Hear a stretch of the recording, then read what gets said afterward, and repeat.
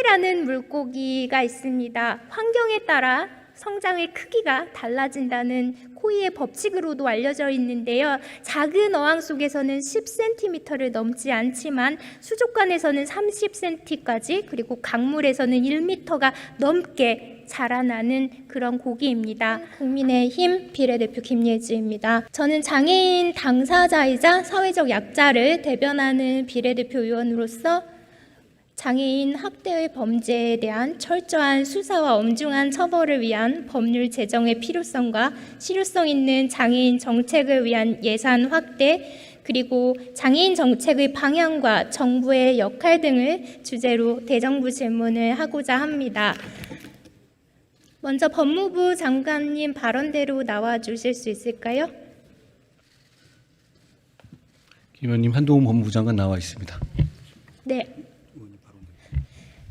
네, 장관님 알려주셔서 감사합니다. 취임하신 지 벌써 1년이 조금 넘었습니다. 혹시 취임사에서 법무부가 나아가야 할 방향 첫 번째로 말씀해 주신 것 기억하시나요?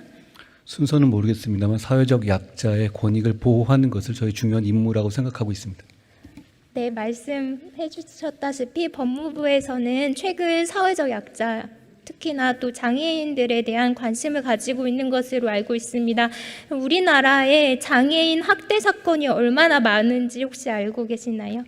정확한 통계를 제가 수치를 말씀드릴 수는 없습니다만 이 장애인의 또 급수도 굉장히 다양하기 때문에요. 다만 최근에 그 상황이 점점 더 나빠지고 있는 거라는 점을 분명히 말씀드릴 수 있을 것 같습니다. 네, 맞습니다. 매년 증가하는 추세이지만 법원의 솜방망이 처벌이 이어지고 있는 것이 현실입니다. 화면을 봐주십시오.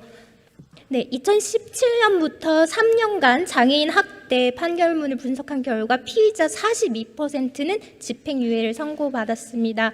이 학대 범죄가 늘어나고 있지만 사회의 경각심은 부족합니다. 그 와중에 검수완박 결과로 고발인의 이의 신청권이 사라져버리는 일이 발생했는데요. 장관님, 이게 왜 장애인 학대 피해 장애인에게 심각한 위협이 되고 있는지 혹시 답변 부탁드려도 될까요?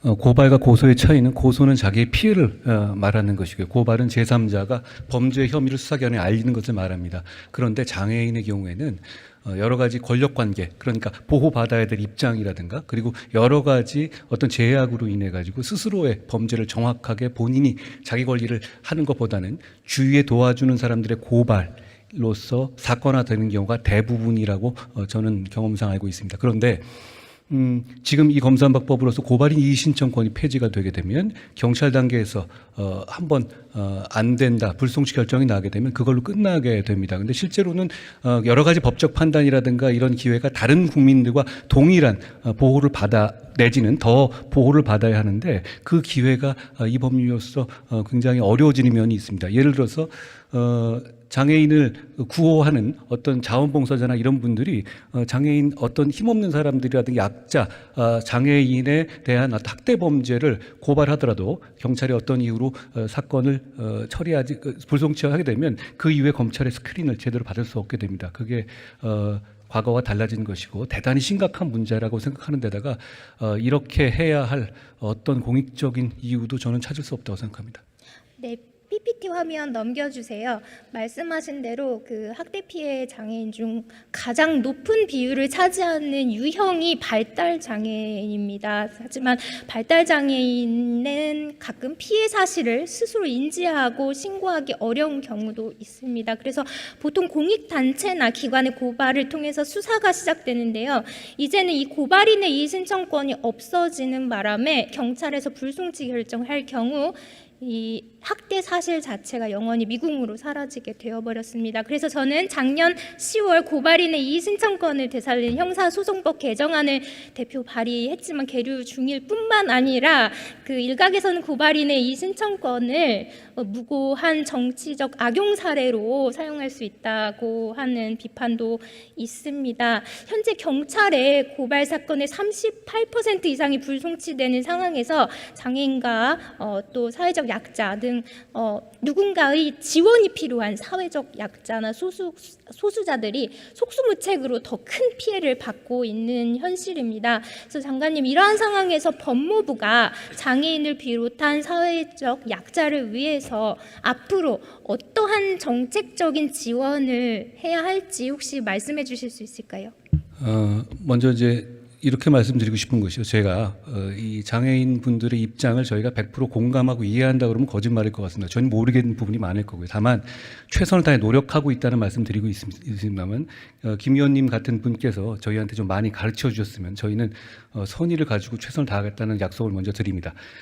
지금 우리나라의 어떤 장애인에 대한 사법적인 시스템 자체는 다른 나라와 냉정하게 비교해 보자면 꽤 정비된 면이 있다고 생각합니다. 그건 유엔에서도 오시는 분들도 인정하는데요. 다만 그것이 운용하는 과정에서 이분들이 이걸 제대로 활용하고 있느냐. 예를 들어서 범죄 피해자 지원체가 돼 있고 여성 아동 범죄가 별도로 되어 있는 데다가 학대 가해자 감호 위탁 등이 되어 있습니다. 다만 이런 부분들이 제대로 활용되지 못하고 있다는 부분들이 저희가 반성해야 될 점이라고 생각하고요. 이런 부분에 대해서 10분 활용될 수 있도록 최대한 노력하겠습니다.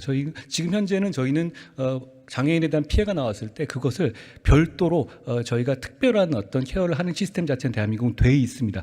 그렇지만 아직 인력이라든가 예산상 부족한 점은 많이 있을 수 있을 거라고 생각합니다. 지금 지원책 관련해서 말씀을 주셨는데 현행에 관련 말씀들을 주셨는데요. 장애인 학대 사건의 처리와 피해자에 대한 지원이 가장 많이 규정되어 있는 법이 무엇인지 혹시 아시나요? 굉장히 여러 가지 산재가 되어 있고요. 하나로 모아져 있지는 않습니다. 각각에 되어 있고 그러다 보니까 약간 규정상의 산재에 따른 좀 혼선이 있는 부분은 맞는 것 같고요. 그래서 저도 김 의원님께서 이렇게 아주 굉장히 40페이지 가깝게 발의하신 내용을 저희 스태프들하고 오기 전에 상세히 살펴봤는데요. 이렇게 한번 모아보는 것 자체의 시도가 상당히 필요하지 않냐라는 공감대를 갖고 있습니다. 아이러니하게도 장애인 복지법 소관부처가 보건복지부입니다. 그렇습니다. 여기에 가장 많이 있습니다. 근데 협조기관인 경찰이 제대로 실무에 적용하지 않고 있어서 이 피해가 고스란히 피해자들에게 가고 있는 건데요. 화면을 다시 봐주십시오. 지난 4월 지적장애 여성이 다수의 남성으로부터 10년 이상, 10년 넘도록 성폭행을 당하는 아주 심각한 사건이 세상에 알려졌지만 13명 가해자 중에 혐의 스스로 인정한 1명만 기소되었을 뿐이고 사망자 2명 제외하고 나머지 10명은 경찰의 불송치 결정을 받았는데요. 이 경찰은 법에 따라 장애인 권익보건기관에 학대 사실을 통보해야 했지만 이것도 하지 않았습니다. 이처럼 관련 기관, 관련 법률이 실제로는 제대로 작동하지 않고 있는 것이 장관님 말씀하셨지만 사실입니다. 이 문제가 또 있는데 학대받은 장애인의 의사를 제대로 반영하기 위해서 장애인 학대 사건 심리에 있어서 보조인 지원을 받을 수 있도록 하는 보조인 제도가 또 이것도 장애인 복지법에 규정된 게 있습니다. 그 규정된 이래 몇 번 시행됐는지 혹시 아십니까? 형사소송 보조인 제도가 이 장애인복지법에 있는데요. 그게 수사 과정에 준용되어 있습니다. 잘 아시다시피. 그런데 제가 오기 전에 위원님 이 법을 보면서 살펴보니까 실제로 활용된 사례는 없는 것으로 보입니다. 네, 그 사례를 PPT를 통해서 보여드리겠습니다. 실제로 없습니다. 통계가 잡힌 지난 4년 동안 단 한 건도 없습니다. 보조인 제도가 사실상 사문화된 셈인데요. 이제는 장애인 학대 사건에 대한 철저한 수사와 엄중한 처벌이 이루어질 수 있도록 지금보다 적극적인 법무부의 역할이 필요하다고 생각해서 제가 올해 4월 보조인 제도를 재정비하고 또 고발인의 이의 신청도 장애인 학대 사건에 관해서 가능하게 하는 등 법무부가 장애인 학대에 대한 철저한 수사, 엄중한 범죄 처벌을 담당하도록 하는 장애인 학대 특례법 제정안을 여야 의원님 51분 공동 발의를 통해서 대표 발의했습니다. 이 장애인의 인권을 보호에 각별한 관심을 가지신 만큼 특례법안을 적극적으로 검토해 주시기를 바라고요. 피해 장애인들이 더 이상 억울해지지 않도록 좀 더 관심을 기울여 주셨으면 합니다. 그렇게 해주시겠습니까? 예, 부탁드립니다. 고맙습니다. 그리고 이 말이 나온 김에요. 보조인 제도가 굉장히 좀 필요하고 활용되어야 한다는 생각도 공감합니다. 그리고 이참에 사실 저희가 지금 이 보조인 제도가 많이 쓰이지 않는 이유를 제가 한번 어제 오늘 좀 분석을 해봤거든요. 그런데 저희가 일반 국민들에게 적용되는 진술 조력이나 피해자 진술 조력인 그리고 피해자 국선 변호 제도가 있거든요. 이 부분으로 상당 부분 커버되는 면이 있는 것 같습니다. 그럼에도 불구하고 장애인 피해자의 특수성을 감안할 때 위원님 말씀하신 형사소송의 보조인 제도는 꼭 필요할 것 같다는 생각을 합니다. 위원님 아까도 말씀드렸지만 여기 51분이 전부 다 여야 망라돼 있는 분들이시고요. 저희 법무부 모두가 선의를 가지고 잘하고 싶습니다. 그렇기 때문에 방법을 저희한테 많이 알려주시고 그때 많이 지도 편달해 주시면 저희가 최선을 다하겠습니다. 감사하고요. 인권을 실질적으로 지탱하는 든든한 울타리가 되어주시기를 간곡히 요청드리면서요. 답변하시느라 고생하셨습니다. 들어가셔도 좋습니다. 고맙습니다. 다음으로 장애인 대상 예산에 대한 질문을 총리님께 하려고 하는데요. 총리님 발언대로 나와주실 수 있을까요?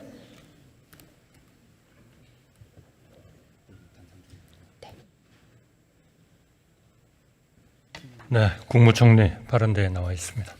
네, 감사합니다. 총리님께서 지난 3월 9일 제24차 장애인 정책 조정위원회를 주재하시면서 윤석열 정부의 장애인 정책에 대한 관심과 의지는 그 어느 때보다도 확고하다. 장애인 정책은 윤석열 정부 약자 복지의 핵심이다라고 하셨습니다. 총리님께서는 윤석열 정부의 장애인 정책에 대한 방향과 계획에 대해서 조금 더 구체적으로 말씀해 주실 수 있으실까요? 네, 장애인 정책은 약자 복지의 핵심이라고 생각을 합니다. 여러 가지 재정의 건전성 확보를 위해서 어려움은 있지만 관련한 예산을 계속 증액하도록 그렇게 노력을 하고 있습니다. 작년도에 4조 800억 정도의 장애인 예산이 있었습니다만 올해에는 4조 5,400억으로 약 11% 정도 일반적 예산의 증가율보다는 더 많이 증가하도록 노력은 했습니다. 그러나 아직도 충분하지는 않으리라고 생각을 합니다. 지난 3월에 장애인 정책 조정위원회를 통해서 장애인의 건강, 돌봄 지원 확대, 개인 예산제 도입 등을 포함하는 6차 장애인 정책 종합계획을 수립하고 추진 중에 있습니다. 장애계와 적극 소통해서 지속적으로 소통해서 근본 종합계획의 세부 과제를 차질 없이 이행하고 다양한 정책 대안을 지속적으로 개발 발굴해 나가겠습니다. 앞으로도 계속 좋은 의견을 많이 주시기 바랍니다. 네, 이번 43회 장애인의 날 슬로건은 차별은 없이, 기회는 같이, 행복은 높이였습니다. 또한 대통령께서 모든 사람이 자아를 실현할 수 있는 기회를 가지는 것, 이것이 바로 윤석열 정부가 추구하는 자유의 철학이라고 하셨습니다.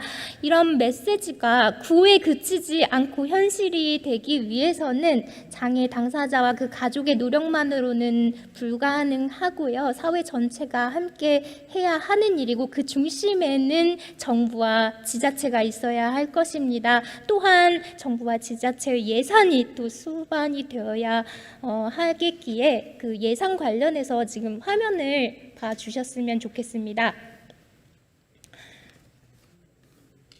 네, 윤석열 정부 첫 예산인 올해 예산안을 보시면 2015년 이후에 처음으로 장애수당을 50% 인상했고요. 발달장애인의 주간활동 서비스 이용 시간을 확대하는 등 장애인 관련 예산으로 아까는 4조 말씀하셨는데 네, 여기 5조 8천억 원을 편성하였습니다. 이는 작년 대비해서 13.7% 증액된 규모인데요. 대통령께서는 시정 연설을 통해서 경제가 어려울수록 더 큰 어려움을 겪는 사회적 약자를 보호하는 것은 국가의 기본적 책무이며 정부는 재정 건전화를 추진해야 하지만 서민과 사회적 약자들을 더욱 두텁게 지원하는 약자 복지를 추구하고 있다라고 하셨습니다. 대통령의 말씀과 또 우리 정부의 첫 예산이라는 결과물을 보면 장애인 예산은 긍정적인 평가를 받을 만큼 나름의 성과가 있다고 볼 수 있는데요. 그런데도 불구하고 장애계와 언론 등으로부터 아주 인색한 평가를 받는 원인은 무엇이라고 생각하십니까? 네, 아까 말씀드린 그 예산 증액의 규모는 복지부의 예산을 기준으로 한 것입니다. 종합적인 그 예산을 다 통합하셔서 말씀해 주신 것에 대해서 감사하게 생각합니다. 그러한 그 지금 의원님께서 걱정하신 그러한 현상은 역시 정부가 노력은 했습니다만 역시 한계가 아직도 좀 있었을 것이다 이렇게 생각을 하고 있습니다. 장애계와 계속 지속적으로 소통을 해서 윤석열 정부의 장애인 정책에 대한 체감도를 제고해 나가도록 하겠습니다.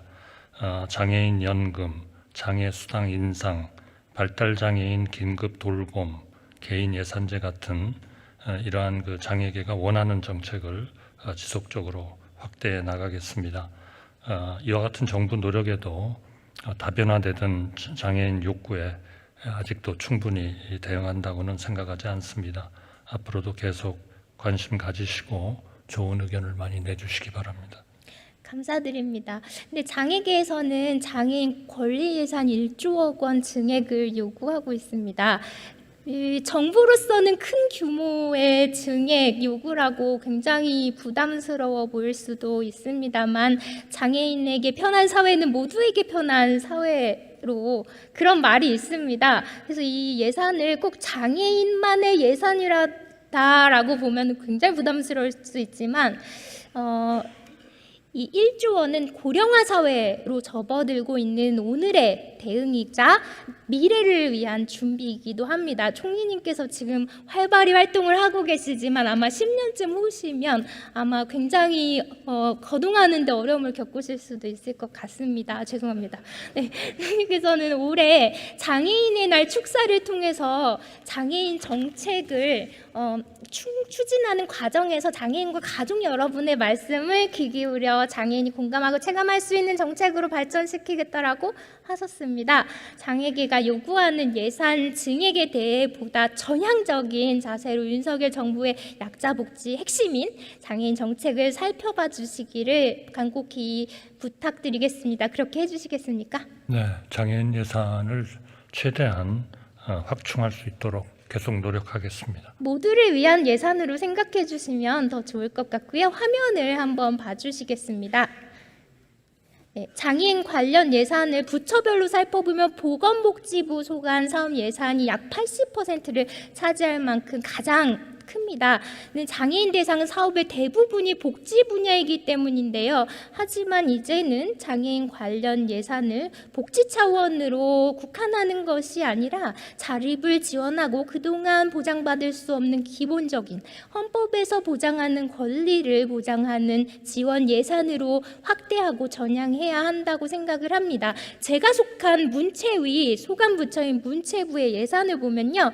작년 대비 총액은 사실상 9% 정도 삭감이 됐지만 장애인 관련 문체부 예산은 10% 이상 증가했습니다. 이는 매우 내실 있는 변화이고요. 그리고 굉장히 의미 있다고 저는 생각을 하고 있습니다. 장애의 당사자로서 문체부 박보균 장관님을 비롯해서 애써주신 부처 관계자분들께 이 자리를 빌어서 감사드리고 싶습니다. 총리님, 장애인 정책의 근간이 되는 복지 정책의 증액도 중요하지만 이제는 복지에만 머물러서는 안 됩니다. 장애인의 자립 또 경제 활동을 지원하는 정책이 매우 중요하고요. 그동안 보장받지 못했던 헌법에서 근거가 있는 그런 기본권을 보장하는 권리 예산. 그래서 장애인을 지원받는 객체가 아니라 스스로 활동하는 주체로 나아가서 경제 활동 인구로서의 역할을 할 수 있도록 정부 예산의 방향 전환과 확대가 필요합니다. 그것에 대해서 공감하실 것으로 생각하고요. 실효성 있는 장애인 정책을 위해서 예산 확대가 절실하다는 것 총리님께서 관심을 가지고 챙겨주시기 바라면서 계속해서 질문을 이어나가고자 합니다. 정책 컨트롤 타워의 필요성에 대한 것인데요. 현행법상 규정된 장애인 정책 조정위원회는 장애인 종합 정책 수립뿐만 아니라 정책 조정 및 이행을 감독하고 평가하기 위해서 만들어졌습니다만 굉장히 미흡하다는 평가, 미비하다는 평가가 있습니다. 이런 평가와 관련해서 국무조정실 또한 올해 발표한 제6차 장애인 정책 종합계획 보도자료를 통해서 위원회의 정책 조정 기능 강화 및 운영 활성화를 위해 대통령 소속 위원회로 상향하거나 사무국 설치를 추진하는 등 정책 거버넌스를 강화할 필요가 있다는 점을 언급하기도 하셨는데요. 총리님께서는 부처 간의 칸막이를 극복하고 장애인 정책을 통합 조정하는 정책 거버넌스의 필요성에 공감하십니까? 네, 지금은 장애인 정책 조정위원회에서 하고 있고 또 관계부처 간에 더욱더 적극 소통하고 협조를 해야 할 그러한 그 노력이 더 필요하다고 생각합니다. 거버넌스 체제에 대한 하나의 그런 개선 문제는 계속 관계 부처와 논의를 하도록 그렇게 하겠습니다. 네, 가령 윤석열 정부 중요한 장애인 정책 중 하나인 개인 예산제 말인데요. 사회 서비스를 공급자 중심에서 이용자 중심으로 전환하는 패러다임 변화로서 현재는 이제 시범 사업으로서 활동 지원 급여의 일부만을 민간 서비스에 사용할 수 있는 수준이지만 이제 향후 궁극적으로는 계속해서 발전해서 돌봄 서비스, 평생 교육, 또 문화활동 등등 다양한 급여가 제도에 포함되어야 할 텐데요. 그래서 개인이 주도적으로 사회 서비스를 이용하는 방향으로 발전해야 할 것입니다. 이런 변화는 당연히 복지부, 노동부, 교육부, 문체부 등등 각 부처, 여러 부처의 산재된 정책과 그런 예산의 조정을 주도할 정책 컨트롤 타워의 필요성을 더욱 아마 중요하게 부각시킬 것입니다. 이것은 또 세계적인 흐름이기도 한데요. 정책 컨트롤 타워를 권고하는 유엔 장애인 권리 협약도 있지만 여러 나라를 봐도 그렇습니다. 미국도 대통령 직속 국가장애인위원회를 통해 장애와 관련된 모든 법률과 프로그램을 검토 및 분석 조정하고 있고요. 뉴질랜드는 2022년 작년이죠. 정부 부처의 하나로 장애인 부처를 신설하고 정책을 주도하고 있습니다. 이것은 세계적인 흐름으로서 우리도 주목할 필요성이 있다고 생각하고요. 앞서 말씀드린 바처럼 윤석열 정부의 장애인 예산의 의미 있는 증액을 보여주셨다시피 더 중요한 것은 이 증액된 예산이 효율적으로 쓰일 수 있도록 또 장애인 정책 거버넌스 강화 방안을 마련하시고 저희 의원실로 보고 부탁드려도 될까요?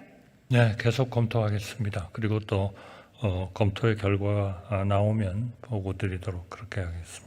감사합니다. 마지막으로 현안에 대해서 하나 말씀드리겠는데 정부가 120대 국정과제 하나로 국립장애인 도서관 건립 등 문화 접근 장벽 해소를 천명했고요. 국회도 독립청사 건립 예산을 아주 어렵게 증액을 시켰는데 이게 부지 선정에 부지를 구하지 못해서 표류할 위기에 처해 있습니다.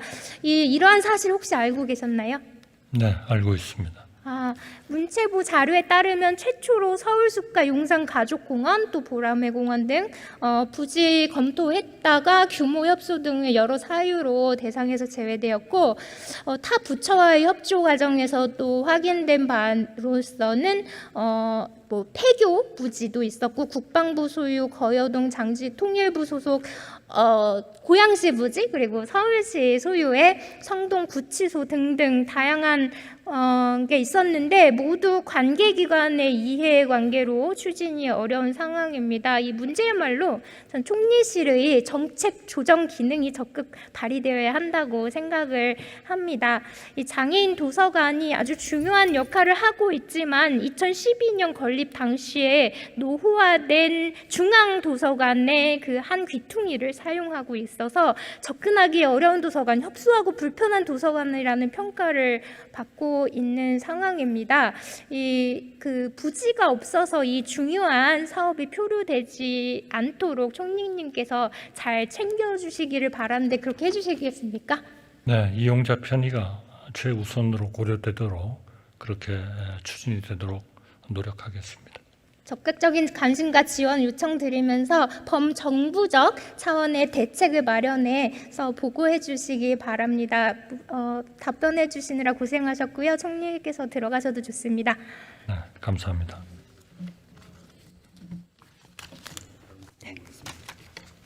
존경하는 국민 여러분, 그리고 선배 동료 의원 여러분, 코이라는 물고기가 있습니다. 환경에 따라 성장의 크기가 달라진다는 코이의 법칙으로도 알려져 있는데요. 작은 어항 속에서는 10cm를 넘지 않지만 수족관에서는 30cm까지, 그리고 강물에서는 1m가 넘게 자라나는 그런 고기입니다.